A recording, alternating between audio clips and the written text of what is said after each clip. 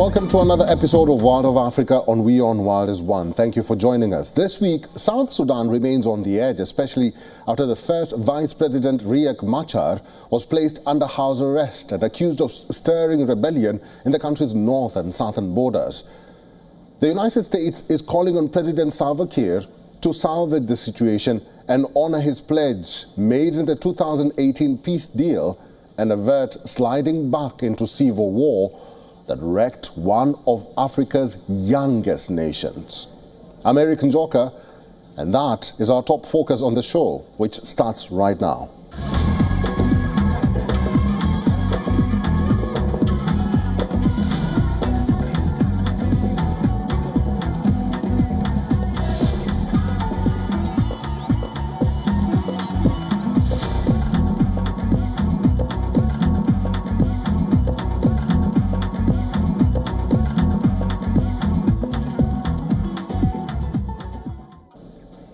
The government of South Sudan has rejected claims made by Kenyan Special Envoy Raila Odinga regarding the status of First Vice President Dr. Riek Machar and his wife, Interior Minister Angelina Teny. President Salva Kiir's press secretary refuted Odinga's assertion that Dr. Machar and his wife were under house arrest.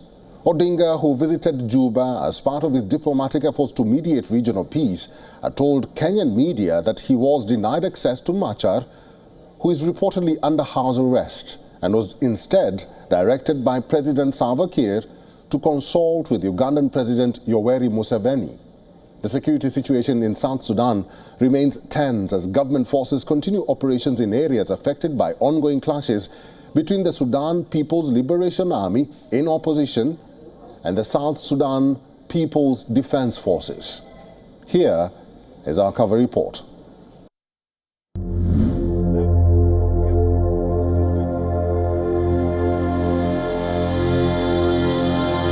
South Sudan's opposition says the arrest overnight of First Vice President Riek Machar, longtime rival to President Salva Kiir, had invalidated their 2018 peace deal and risked plunging the country back into war.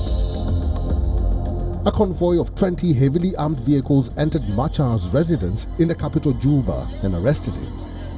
According to a statement issued by a member of his party, a dramatic escalation of conflict that has been building for weeks in the world's youngest country. A power-sharing deal between Kiir and Machar has been gradually unraveling, threatening a return of the civil war that killed around 400,000 people between 2013 and 2018. That Dr. Riek Machar is under house arrest. He's under house arrest, will be subjected to investigation, and it is the investigation that will prove his innocence or his guilt. So this is what happened. This action is dictated by the need for the protection of the hard-won independence for which our heroes and heroines shed their blood and sacrificed their lives. Prior to Machar's arrest, Kiir said he reaffirmed his unwavering commitment to restoring peace following a meeting with church leaders. It follows weeks of violent clashes, particularly in Nasir County, where government forces loyal to the president have battled the so-called White Army, a militia with ties to Machar. International observers have expressed increasing concern, with Norway and Germany closing their embassies in Juba. The British and US embassies announced they were reducing to minimal staffing and urged citizens to leave the country. People have been saying, well, this is a violation of the agreement. Does the agreement authorize anybody to take the lives of others? Does the agreement authorize you to do whatever that is unlawful because of the agreement? No. The agreement is an agreement governed by law, and we must abide by that law. If we decide to violate in the name of the agreement, then it is unfortunate. South Sudan, which declared independence from Sudan in 2011, has remained plagued by poverty and insecurity since the peace deal in 2018. Analysts say an aging Kiir, 73 years old, has been seeking to ensure his succession and sidelined Machar politically for months through cabinet reshuffles. More than 20 of Machar's political and military allies in the unity government and army have also been arrested since February, many held incommunicado. Machar's party says 3 of its military bases around Juba have been attacked by government forces since last week. The training centers were established to prepare opposition forces for integration into the unified army, a key provision of the 2018 peace agreement aimed at uniting government and opposition troops. None of the incidents have been confirmed by the Kiir-aligned army, the South Sudan People's Defense Forces, or the SSPDF, although it accused Machar's forces of aggressive maneuvers from one of the bases last week. Former Kenyan Prime Minister Raila Odinga arrived in Juba to help mediate the crises. He was dispatched by Kenyan President William Ruto, chair of the East African Community, who said it followed a phone conversation he had with Kiir and consultations with Ugandan President Yoweri Museveni and Ethiopian Prime Minister Abiy Ahmed. This week, the head of the United Nations mission in South Sudan condemned indiscriminate attacks on civilians, particularly in the northeast of the country, which is escalating. Africa Bureau, WION, World is One. A national protest meant to pressure Zimbabwean President Emmerson Mnangagwa to resign turned into a shutdown as citizens opted to stay away rather than take to the streets amid a heavy security presence. Only a handful of protesters took part in the planned march, spearheaded by a group of disgruntled war veterans who have accused Mnangagwa of corruption and wanting to cling on to power. And they were dispersed by the police as well. Geza, who wants Vice President Constantine Chiwenga to replace Mnangagwa, had previously called for Zimbabweans to fill the streets in a final push to force the president to step down. Here's a report from Harare.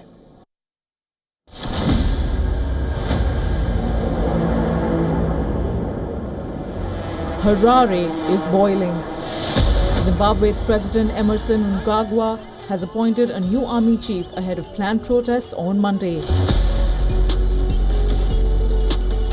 Called by a group of war veterans who want to force the president to resign. The former Major General Emmanuel Matatu takes over with immediate effect. President Mnangagwa has faced calls from his former supporters to step down, citing mismanagement and corruption. Late this month, Mnangagwa abruptly retired his army chief, Lieutenant General Anselm Sanyatwe, appointing him the Sports, Arts and Culture Minister. It is indeed a great honor, special recognition from His Excellency. In fact, I am also humbled with the confidence and trust that the President has accorded me to lead this special ministry.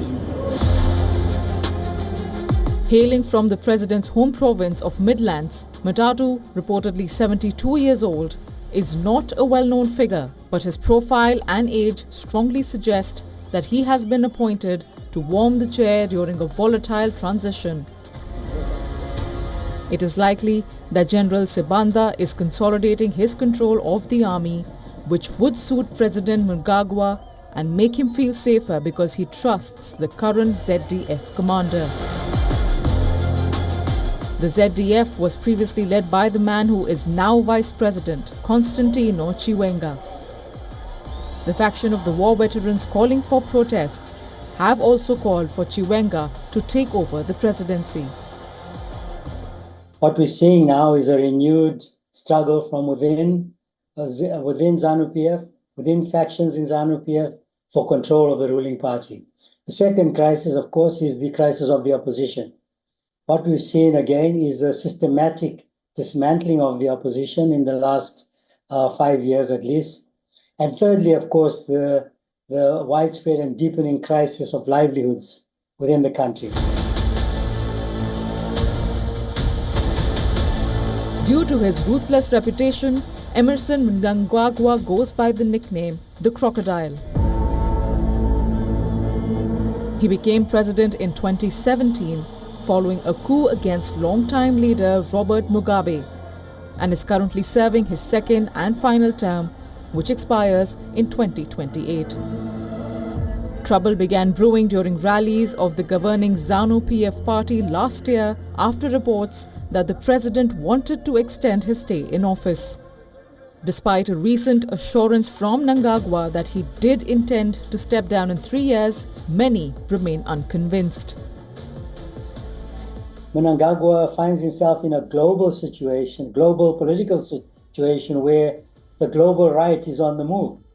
And so when you have people like Trump acting in such an anti-democratic fashion, when you have a rise of the global right in Europe, they have no real credibility to talk about democratization to people in the global south because they themselves are behaving in very anti-democratic manner. So people like Mnangagwa, authoritarian leaders, are able to use this rise of the global right to say, well, you don't really care about democracy, why should we?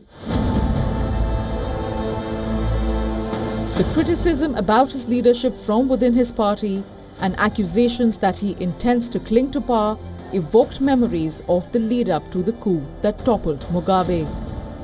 While it is not clear how much public support the veterans have for their planned protests, the security minister has warned the people of Zimbabwe against taking part in the demonstrations. The police have announced a 4-day ban around the capital on the carrying of weapons or any instruments that can be used to cause violence. Africa Bureau, WION World is One.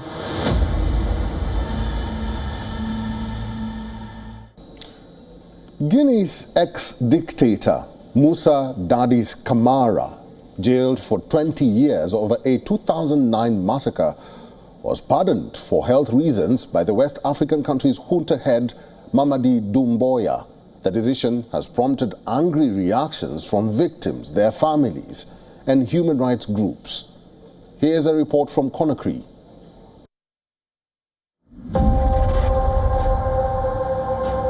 Guinea's ruling junta pardoned the country's former dictator, Musa Dadis Camara, who was serving a 20-year prison sentence for the 2009 stadium massacre by the military, according to a decree read on state television.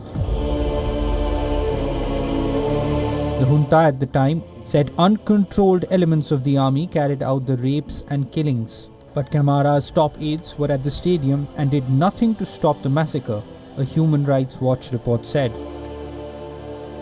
Many of the victims were shot, crushed or knifed to death, while some of the women were dragged out from hiding and gang raped by uniformed men over several days, witnesses said. Many could not flee the gunfire after Camara's presidential guard surrounded the stadium and blocked the exits, according to survivors. If Captain Musa Dadis Camara had disapproved of their abuses, he would have sanctioned them administratively or taken disciplinary measures against them, something he did not do, despite his knowledge of the crimes committed and the control he exercised over their perpetrators. It follows that he also failed in his obligation to impose sanctions as provided for in Article 28 of the Rome Statute. As a result of the foregoing, Captain Musa Dadis Camara should be found guilty of crimes against humanity on the basis of superior responsibility. It took several days before the families of the victims were allowed to come and collect the bodies, and many never found their relatives. Since these people have been convicted and reparations have been awarded to the victims, we believe that this is a real victory for the victims. It's not over yet because there will probably be appeals from some of the defense, perhaps not all of them, but there will be appeals that will go on to appeal and perhaps even continue to the Supreme Court. But that victory now hangs in the balance. Camara, 61, was a virtually unknown army captain when he led the coup. He was convicted along with 7 of his military commanders in July 2024 after a 22-month trial. His pardon comes in the wake of an announcement early in the week that the current military government intends to pay compensation to the victims of the massacre, which Camara and the others convicted had been ordered by the court to cover. According to Justice Info, a website reporting on international justice, the estimated breakdown of the payout is $173,000 per rape victim, $115,500 per death or disappearance, $57,000 per case of looting, and $23,000 per case of torture. The massacre took place in September 2009, when tens of thousands gathered at a stadium in the capital, Conakry, to press Camara not to stand in a presidential election. When Camara fled Guinea after being shot in the head, he was treated for 6 weeks in Morocco before taking up residence in Burkina Faso for 12 years. His deputy went on to organize an election in 2010 that ushered in a decade of civilian rule, which brought Alpha Condé to power as president. He was overthrown in a coup in September 2021 in the wake of protests over his controversial third term. Africa Bureau, WION World is One.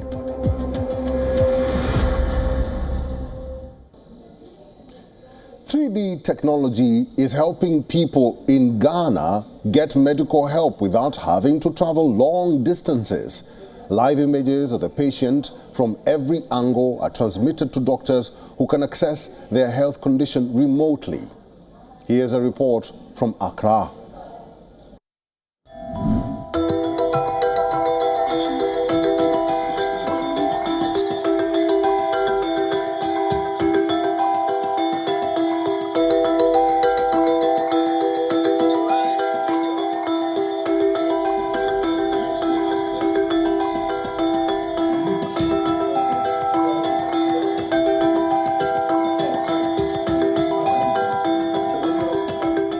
Telemedicine is a way of taking a 3D picture of a person and transmitting it live anywhere in the world.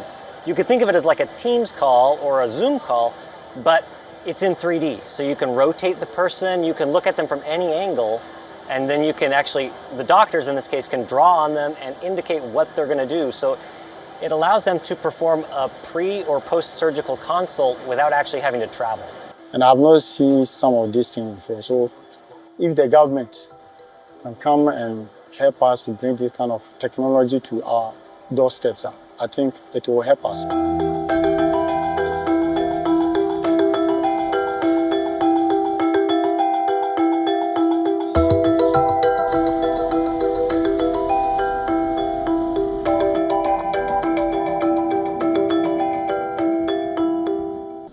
It's been half a century since the Rumble in the Jungle was beamed around the world from the Congolese capital.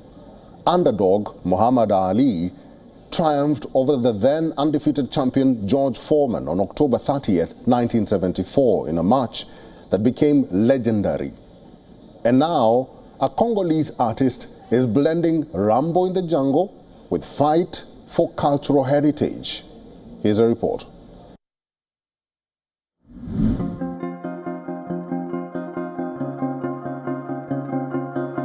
In a cramped Kinshasa studio, painter Audrey Maputo delicately hangs a drawing of 2 boxers wearing ornate African masks, a blend of sport history and cultural commentary that he hopes speaks to both Congo's past glory and its struggle to reclaim lost heritage.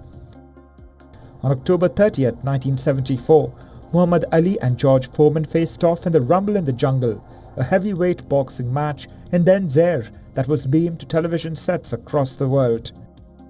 In victory, Ali regained the world title 7 years after it was stripped from him for refusing to be drafted to fight in Vietnam, cementing his iconic status, which has endured to this day.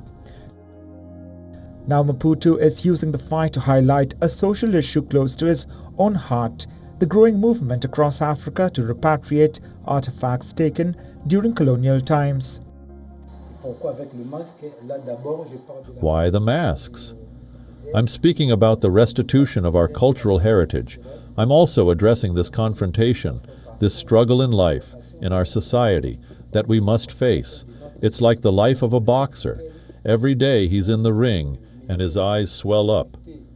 But he keeps telling himself to fight, to ultimately become a champion.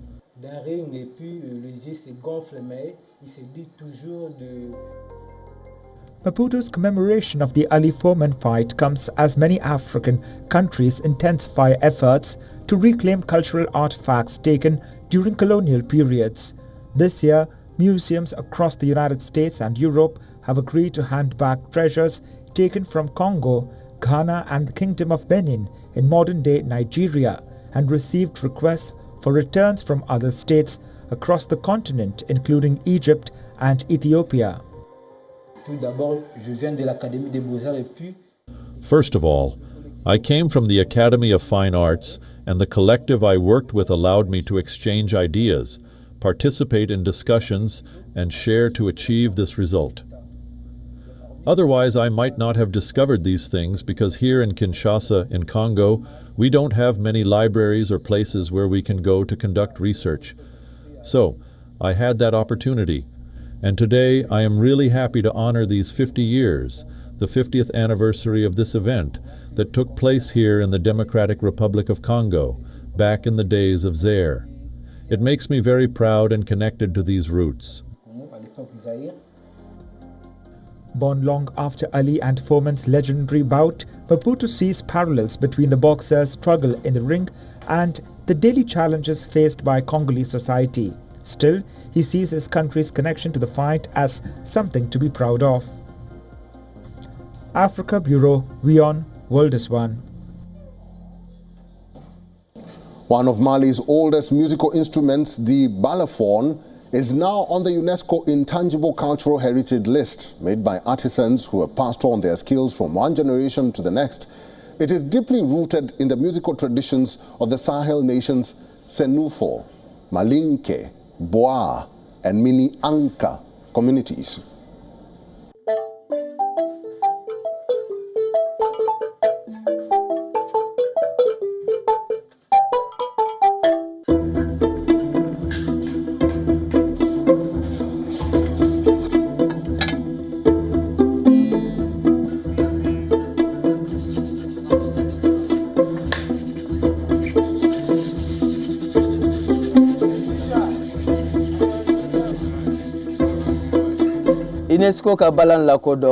The inclusion of the Balafon in the intangible heritage, like the other musical instruments recognized by UNESCO, is a dream come true.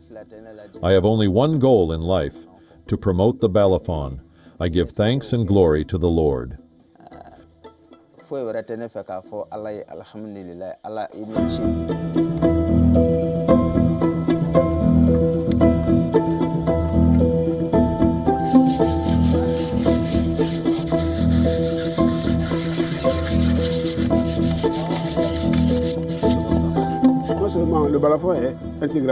The Balafon is not only inclusive, it also promotes social mixing and cohesion.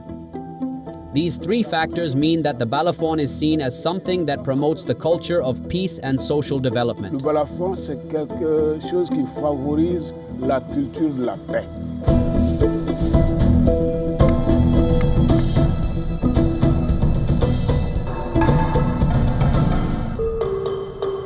And that is what's going on in Africa this week. Find us on all our social media platforms. Talk to us there. Your story matters to us. We will tell it to the world. Thank you for watching World of Africa on WION World is One. I'm Eric Njoka. I will see you on the next episode. Goodbye.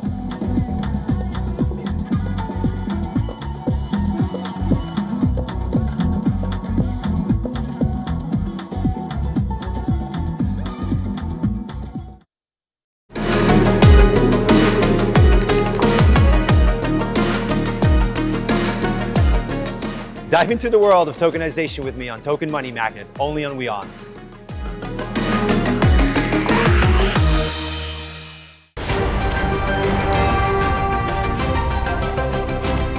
Ready to dive into your daily dose of news?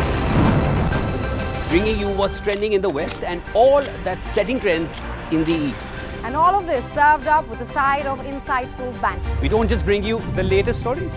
We bring you your talking points for the day. And while you do that, from the busy streets of New York, I will provide you with deeper insights on the developments through the course of the day in the U.S. The show that keeps you ahead of the global curve. A conversation you'd want to be a part of.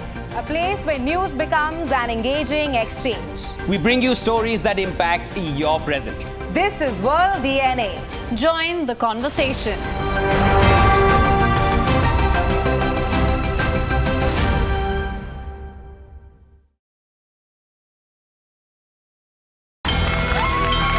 From the bustling trading floors of Wall Street to the vibrant exchanges of Asian stock markets, WION breaks it down for you to make sense of what's happening.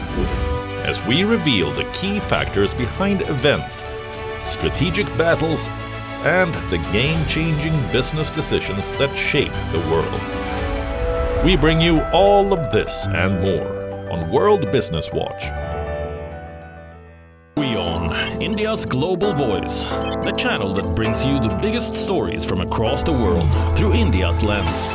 Now available in more than 190 countries worldwide. Because we believe that the world is one. Watch us in Africa, Europe, USA and Canada, South America, Asia Pacific, Middle East,